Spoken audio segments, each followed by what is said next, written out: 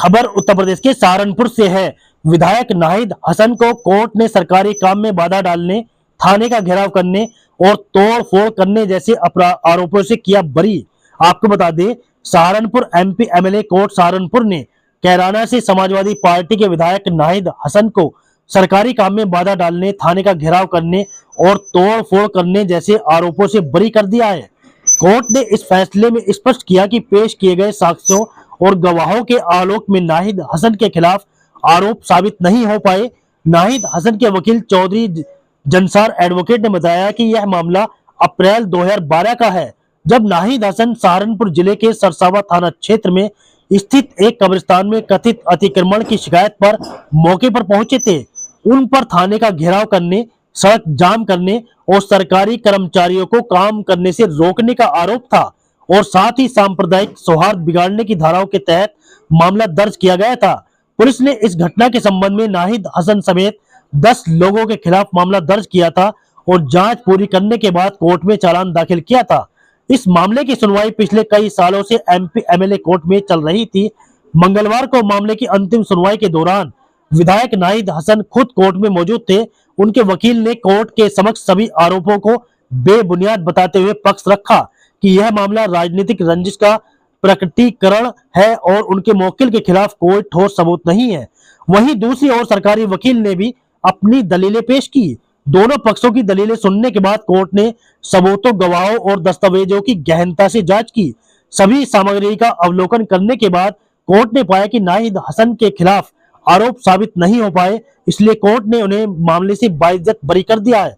इस फैसले के बाद नाहिद हसन के समर्थकों में खुशी की लहर दौड़ गई और इसे न्याय की जीत बताया गया।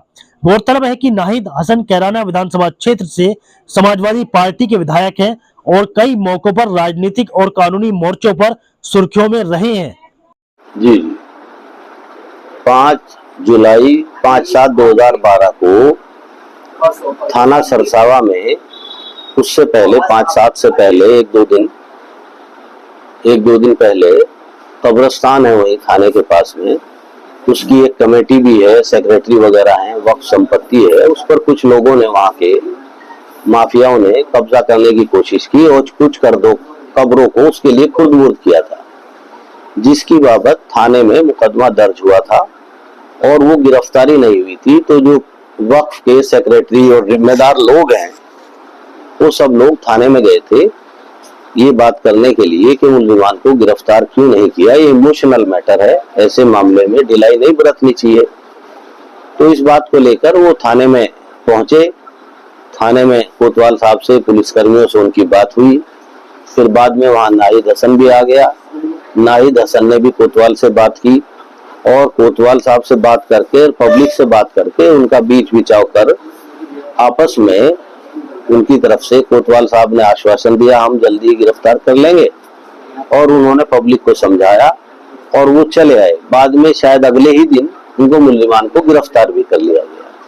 लेकिन उस बात को लेकर थाने में भी एक मुकदमा 5/7/2012 में ही पुलिस की तरफ से कायम हुआ कि कुछ लोगों ने यहाँ पे आके धरना प्रदर्शन किया, थाने में तोड़फोड़ की और रास्ता जाम किया, पब्लिक को परेशानी हुई और नाहिद हसन भी उनमें शामिल था। इस बात का एफआईआर दर्ज होने के बाद ट्रायल हुआ, लेकिन इत्तेफाक से पुलिस थाने सरसावा ने और अधिकारियों ने, मौके पे आ गए थे वो सब लोग, एसडीएम भी, सीओ भी, उन लोगों ने प्रेस नोट जारी किया और वो 6/7/12 को अखबार में छपा और फोटो भी छपी जिसमें नाहिद हसन कोतवाल साहब से बात कर रहा था।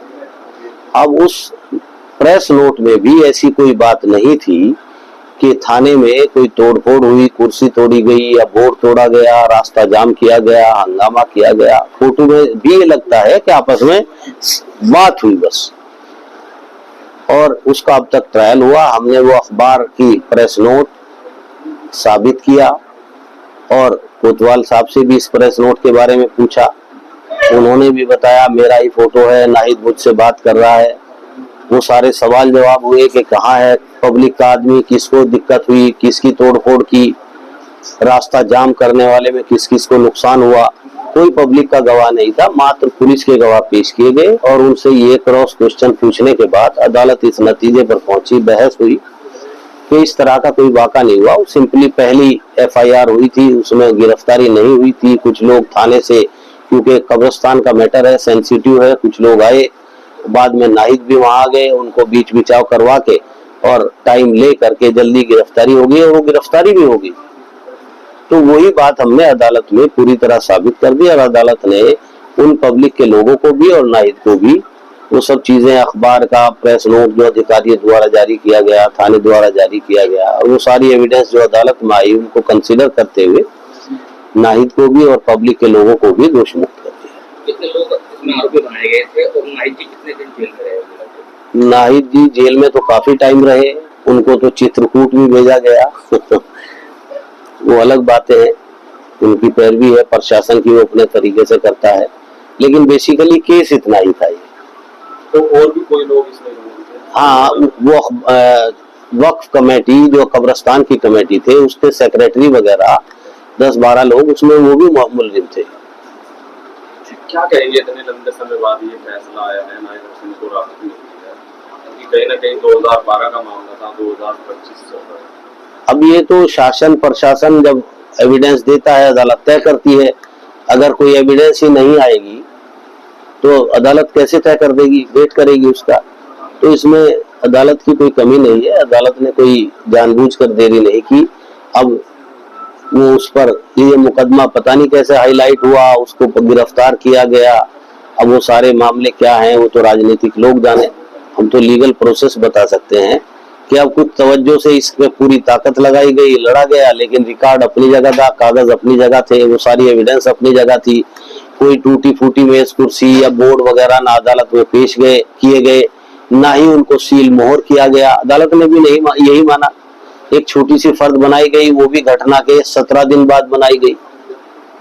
अच्छा, तो बताया जा रहा है कि जिस तरह से नाहिद हसन को मुकदमा दर्ज हुआ था और वो जेल गए थे, उनका जो राजनीतिक कैरियर था वो कहीं ना कहीं इसकी वजह से बाधित हुआ है। तो क्या अभी ये अगला स्टेप उनके ऊपर मानहानि का या किसी तरीके का कोई? देखो, मानहानि का तो कोई मामला नहीं है, ना ही हम करेंगे। एक ट्रायल है, दोष मुक्त कर दिया, संदेह का लाभ दिया, लीगली इसमें ऐसा कोई प्रोसेस नहीं है। और दूसरी बात, उसके राजनीतिक करियर पे क्या असर होगा क्या नहीं होगा वो नाहिद हसन बता सकते हैं।